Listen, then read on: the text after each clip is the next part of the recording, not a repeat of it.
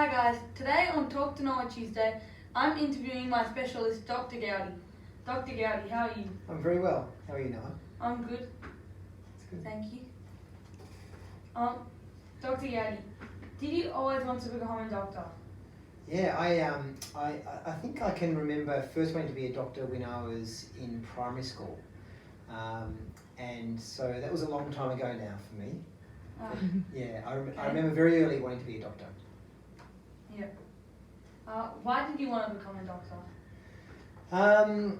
Well, I think early on, my first experience really with medicine was, as I said, in primary school, and I remember one of my teachers in about grade 5 bringing along some, going to the butcher, can you believe it, and bringing along some animal bits and pieces like a sheep's brain and like a bull's eye and a kidney and some intestines and some bits and pieces from the butcher.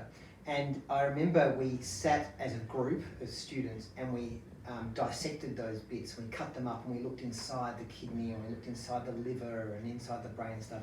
And I remember then thinking this would be a really cool thing to do.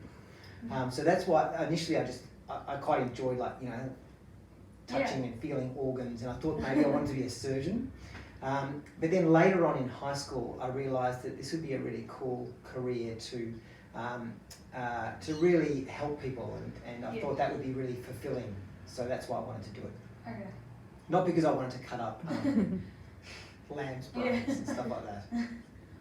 Why did you choose to specialise in children, being a children's doctor? Well, in medicine, when you study medicine, you rotate through different types of specialties. And one of the specialties that I rotated to when I was in 5th year medicine was Pediatrics. And that's the study and the specialty of child medicine. And I just really loved that pediatric rotation. I think there are a few individuals, a few paediatricians that I came into contact with then, who I met then, who were really inspiring for me. And I thought, wow, I really want a career like yours.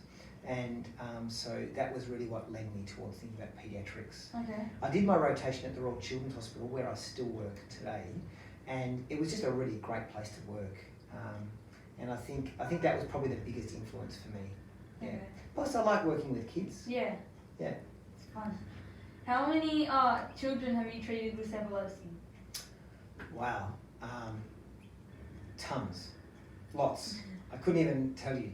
Lots of children with epilepsy. So I see children with epilepsy in my rooms like this, in an office, like when you come in and you're usually pretty well, very well actually, and I see you once or twice a year maybe, and so I look after children with epilepsy like that, in that setting.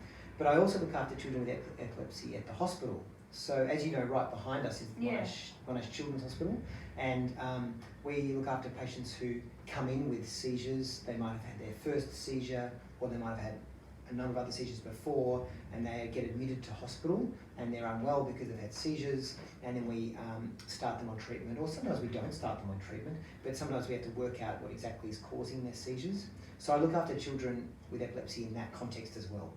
Okay. Yeah. Can you remember the first time you saw a seizure? I don't remember the first time exactly, but I do remember feeling. I do remember feeling that it was quite full on. I don't remember who it was or where it was, but I remember that feeling of witnessing the first seizure for the first time, because it can be quite upsetting for people who haven't seen it before. Yeah, my mum told me it can be very scary. Yeah, I think that's right. Yeah. I think for people who are trained in medicine, and if you're a medical student or a doctor who witnesses it, we sort of know what to expect, so maybe it's not quite as scary for us. But and also we have treatments that we can help to actually stop the seizure. So we sort of get trained about what to do in the setting of a seizure. So maybe it's not quite as scary for us, but it's something that is often quite upsetting for some people. Yeah. What's your favourite part of being a doctor? Well, I like. There's lots of things I like about being a doctor. I mostly like the interaction I have with my patients and my patients' families. So I look after a lot of children who have illness that lasts over a long period of time, after many years. Like I've known you for many years. Yeah. And I quite like getting to know families and watching kids grow up and progress through primary school, and you're about to go to high school next year. Yeah. And I really like that element of being part of the family's sort of life, and I find that very fulfilling. I really like that. I also like looking after, I work a lot at the hospitals, the two hospitals, Monash Children's and the Royal Children's. Yeah. And I quite like looking after kids who are quite unwell on the ward, because I find it really interesting to get them better.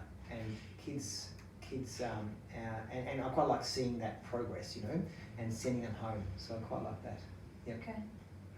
As the Noalepsy motto is, it's normal to be different. What is your difference? So I had to give this some thought, because I don't really think I'm very different in many ways. But did you know that I can speak fluent Japanese? Oh, wow. I can. Can you speak any Japanese? Konnichiwa? Konnichiwa. O genki desu ka? That means how are you? So I can speak fluent Japanese. I lived in Japan. Wow. I lived in Japan for 12 months, and with a host family and who couldn't speak any English, and I just had to learn. So I was in high school then, so I've never forgotten how to speak Japanese. I can't read and write Japanese as well as I used to be able to, but I can still speak it. And occasionally I have patients who are Japanese. I have some epilepsy patients actually who are Japanese. I have a few, and they come in and I speak Japanese to the patients, the kids, and they love it. They think it's pretty cool that they've got a doctor who can speak Japanese. Must come in handy. Sort of handy. It would come in more handy if I lived in Tokyo. But no, that's a difference. Yeah. Thanks for your time today, and remember, it's normal to be different.